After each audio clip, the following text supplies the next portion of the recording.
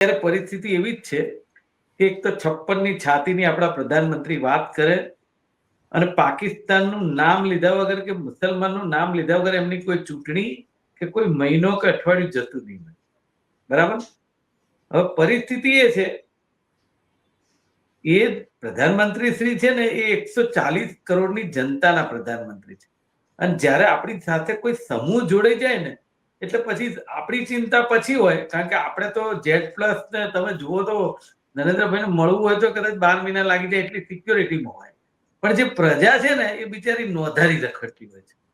અને એ નોંધારી પ્રજાને છે ને આ બધું ભોગવવાનું આવે છે. જે કોઈ નેતાઓ બોલતા હોય અને જે એના પ્રત્યાઘાત પડતા હોય, એટલે મારું કહેવાનું એવું છે, પરિસ્થિતિ દેશની આજે એવી છે.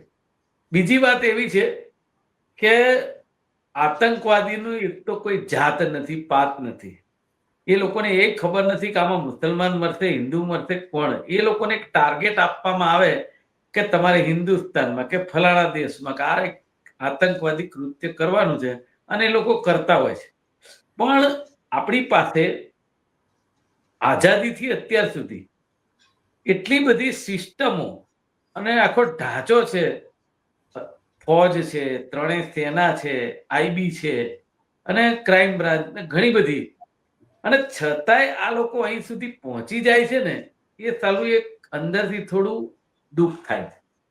ક્યાંક આપણું તંત્ર કાણાવાળું છે.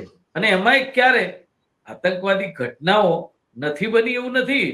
હું કહું છું કે જ્યારે UPAની સરકાર હતી, બીજી અમારી સરકાર હતી, ત્યારે કદાચ વધારે બની હતી. હું એવું નથી કહેતો.